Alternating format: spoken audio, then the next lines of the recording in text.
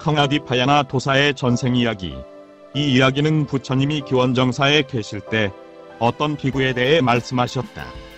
옛날 반사국의 교상미의 교상미가라는 왕이 나라를 다스리고 있었다. 그때 어느 거리에 8억의 재산을 가진 두 사람의 바라문으로서 친한 벗이 있었다. 그들은 애국의 병폐를 인정하고 큰 보시를 행한 뒤에 슬피 우는 대중을 버리고 설산 지방에 들어갔다. 거기서 초막을 짓고 이삭을 줍거나 숲속의 과일을 먹으면서 50년 동안 살았다. 그러나 그들은 끝내 선정을 얻지 못했다. 그들은 거기서 50년을 지낸 뒤에 소금과 식초를 구하기 위해 지방으로 여행하다가 가시국에 도착하였다. 그곳에 어느 거리에 디파야나라는 도사의 속인 친구인 만다부야라는 사람이 살고 있었다. 그래서 그들은 그에게로 갔다. 그는 그들을 보자 만족하여 초막을 지어주고 또 그들에게 사위를 되어주었다.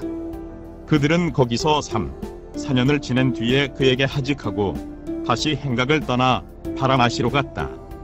그리하여 이체 목다가 나무가 우거진 어느 묘지에 살고 있었다.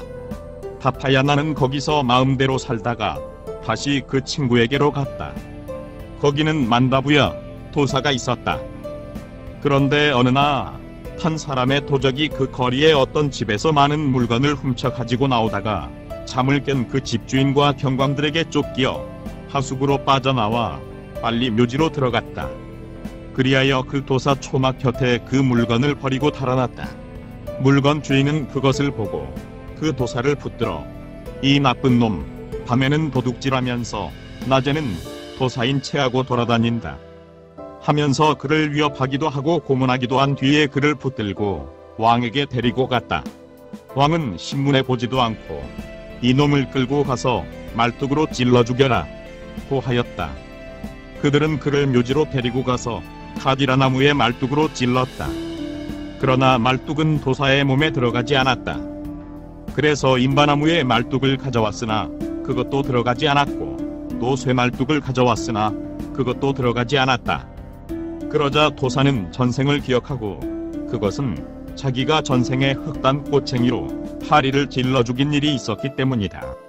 사람들은 그의 말대로 흑단 꼬챙이로 그를 찌르고 망지기를 시켜보게 하였다. 만일 나를 죽이려거든 흑단 말뚝을 가져오라 하였다. 그때 그의 친구 디파야나가 물었다. 사랑하는 벗이여, 대체 너는 어찌 된 일인가? 나는 아무 일도 한 것이 없다. 지금 너는 악의를 억제할 수 있는가? 사랑하는 벗이여, 나는 지금 나를 붙잡은 이나 또 왕에 대해 조그만 악의도 가지지 않는다. 그렇다면 덕행을 갖춘 이런 사람의 그림자는 행복한 것이다. 하고 밤새껏 거기 앉아 있었다. 이튿날 망지기들이 그 사실을 왕에게 알리자 왕은 자기가 너무 등한한 짓을 했다 생각하고 빨리 그 장소에 가서 디파야나에게 물었다. 도사여, 그대는 왜 여기 앉아 있는가? 대왕님, 나는 이 도사를 보호하기 위해 여기 앉아 있습니다. 그런데 대왕은 이 사람 품행에 좋고 나쁜 것을 다 알고서 이런 짓을 하였습니까? 왕은 그의 소행을 조사하지 않았다고 말하였다. 그때 디파야나는 왕에게 대왕님, 왕이 된 사람은 무슨 일이나 주의에 처리하지 않으면 안 됩니다. 애욕을 향락하는 속이는 좋지 않습니다. 하며 여러 가지로 설법했다. 왕은 만다부야의 무죄임을 알고 말뚝을 빼라고 명령하였다. 그러나 말뚝은 빠지지 않았다. 그래서 만다부야는 대왕님은 나는 전생에 지은 죄업 때문에 이런 일을 당하는 것이므로 내 몸에서 말뚝이 뽑히지 않는 것입니다. 만일 나를 살려주시려거든 톱을 가져와 이 말뚝을 내 몸에 닿는 쯤에서 베어버립시오 하였다. 왕은 그대로 하였다. 그래서 말뚝은 몸속에 남았다. 그것은 마치 그가 전생에 작은 꼬챙이로 파리 항문을 찔러 그 꼬챙이가 파리 몸속에 남아있었으므로 파리는 죽지 않고 그 목숨이 다하기를 기다려 죽은 것처럼 그도 아직 죽지는 않았다. 왕은 도사들에게 격려하고 용서를 빌고는 그들을 그 동산에 살게 하고 여러 가지로 돌보아 주었다. 그 뒤로 만다부야는 아니만다야라고 불리었다. 그는 왕을 모시고 있었다. 그런데 디파야나는 만다부야의 상처가 다 나았을 때 자기의 속인 친구인 만다야에게로 갔다. 그가 초막에 들어갔을 때 그를 본 사람은 그 번만다야에게 알렸다. 이 말을 듣고 그는 기뻐하면서 그 처자와 함께 많은 향화만, 기름, 사탕 등을 가지고 초막으로 가서 디파야나에게 격려한 뒤에 발을 씻어주고는 향유를 바르고 물을 마셔주었다. 그리고 아니만다부야의 이야기를 들으려고 자리에 앉았다. 그때 그 아들 제시 동자는 그 초막 복도 끝에서 공놀이를 하고 있었다. 동자의 머리꽁은 개미도 구멍으로 굴러 들어가 뱀머리 위에 떨어졌다. 동자는 그런 줄도 모르고 구멍에 손을 넣었다. 그러자 성난 뱀은 그 손을 물었다. 동자는 뱀독으로 빳빳하게 되어 그 자리에 쓰러졌다. 그 부모는 뱀에 물린 동자를 안고 도사에게로 가서 그 발치에 눕혔다. 그리고 좀자님, 도사는 약이나 호부를 알고 계신다는데 이 아이를 살려주십시오 하였다. 나는 약도 모르고 치료하는 법도 모릅니다. 당신은 도사입니다. 좀자님, 이 아이에게 자비를 베풀어 진언을 외워주십시오. 좋습니다. 진언을 외우지요. 하며 동자 머리 위에 손을 얹고 다음 개송을 읊었다. 이랫동안 나는 깨끗한 마음으로 덕을 구하여 법행을 닦았네. 그리고 나는 다시 50여 년을 계속 살면서 아무 즐거움 없이 행각하였네. 이런 진실로 내게 행복이 있으나 독은 풀리고 아이는 살아나라.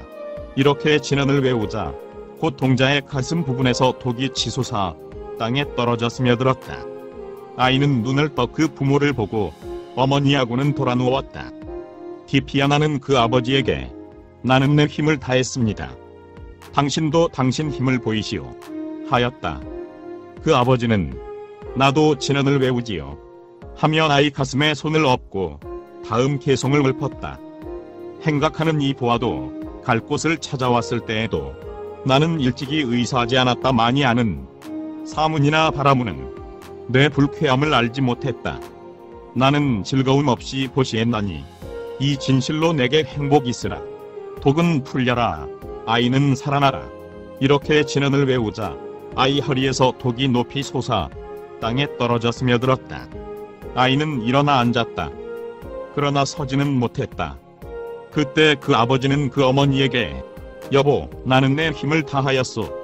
당신도 진언을 외워 이 아이가 서서 다니도록 하시오 하였다. 그녀가 말했다. 내게도 진언은 있지만은 당신 앞에서는 외울 수 없습니다. 여보, 사실 그대로 외워 이 아이를 건강하게 하시오. 그러면 좋습니다. 하고 다음 개송으로 진언을 외웠다. 내 아들아, 저 힘센 독사는 갈라진 땅 개미국 구멍에서 올라와 너를 물었다. 지금 그 독사에 대한 내 불쾌한 것은 너의 아버지에 대한 그것과 다르지 않다. 이 진실로 내게 행복이 있으라. 독은 풀려나 아이는 살아나라. 이렇게 진언을 외우자 아이 몸에서 모든 독이 다 솟아나와 땅에 떨어져 스며들었다.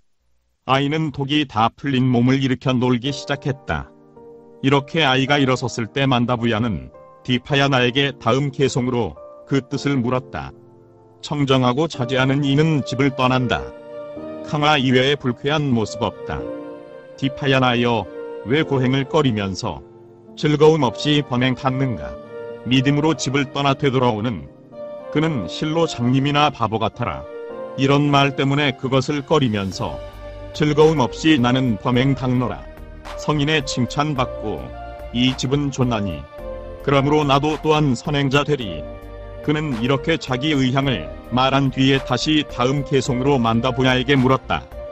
사문이나 바라문에 행각하는 이들에게 그대는 음식으로 공양하나니 갖가지 음식이 부비에 있으므로 그대의 이 집은 여의당과 같거니 어떠한 말 때문에 꺼려하면서 즐거움 없이 고시를 행하는가? 내 아버지, 할아버지는 믿음 바르고 시주로서 또 자비심 있었다. 가정을 잘 지키는 이 나를 두고 우리 집에 찌꺼기 되지 말아라. 나는 이 말 때문에 꺼려하면서 즐거움 없이 고시 행한다. 아직 철이 나지 않은 어린 처녀를 나는 그대 집에서 데려왔노라. 너는 내게 사랑 없음 알리지 않고 그리움도 없으면서 가까이 모시나니 여보, 그대는 무엇 때문에 이런 나와 이렇게 함께 사는가? 오랫동안 나는 사방 모르고 이 집에 두 남편 만날 줄이야. 가정의 의무를 지키는 나를 이 집에 찌꺼기 되지 말아라. 나는 이 말 때문에 꺼려하면서 즐거움 없이 당신과 사네. 그러나 이렇게 말한 뒤에 그녀는 나는 남편 앞에서 일찍이 말하지 않았던 비밀을 말하였다. 이 때문에 그는 성낼 것이다. 나는 우리 집에 버신 도사 앞에서 그의 용서를 빌리라 생각하고 그 용서를 빌었다. 만다부야여, 말하지 않을 것을 나는 말했네. 우리 아들을 위해 나를 용서하시오. 아들의 사랑보다 귀한 것 없네. 우리 아들 제시는 살아났나니 여보, 일어나시오. 나는 당신을 용서하오. 그러나 지금부터는 그런 매정한 마음을 내어서는 안 돼요. 나는 그대를 사랑하지 않지는 않을 것이니까 하였다. 보살도 만다부야에게 벗이여, 그대는 얻기 어려운 재물을 모으기도 하고 또 선업과 과보를 믿지 않으면서 부당하게 보시를 행하였다. 그러나 지금부터는 신심으로 보시를 행하오 하였다. 만다부야는 찬성하고 다시 고살에게 좀자여, 당신은 우리 공양을 받을 때에도 불량하게 즐거움도 없이 법행을 닦았소. 지금부터는 업을 따라 큰 과보가 있는 것처럼 마음을 진정하고 청정한 마음으로 선정에 의한 기쁨에 충만하여 법행을 닦으시오 하였다. 그들은 보살에게 격려하고 떠났다. 그 뒤로 아내는 남편을 사랑하였다. 만다부야는 청정한 마음으로 인과를 믿고 보시를 행하였다. 보살은 불쾌한 마음을 떨어버리고 섬정에 의한 신통력을 나타내어 범천세계에 갈 수 있었다. 부처님은 이 이야기를 마치고 그때의 그 만다부야는 지금의 저 아난다요, 그 아내는 저 비사카이며 그 아들은 저 라후라요, 그 아니만다부야는 저 사리불이요, 그 킹아디카야 나는 바로 나였다 고 말씀하셨다. 구독과 좋아요를 클릭해 주시면 불교 전파 및 불경 보급 사업에 많은 도움이 됩니다.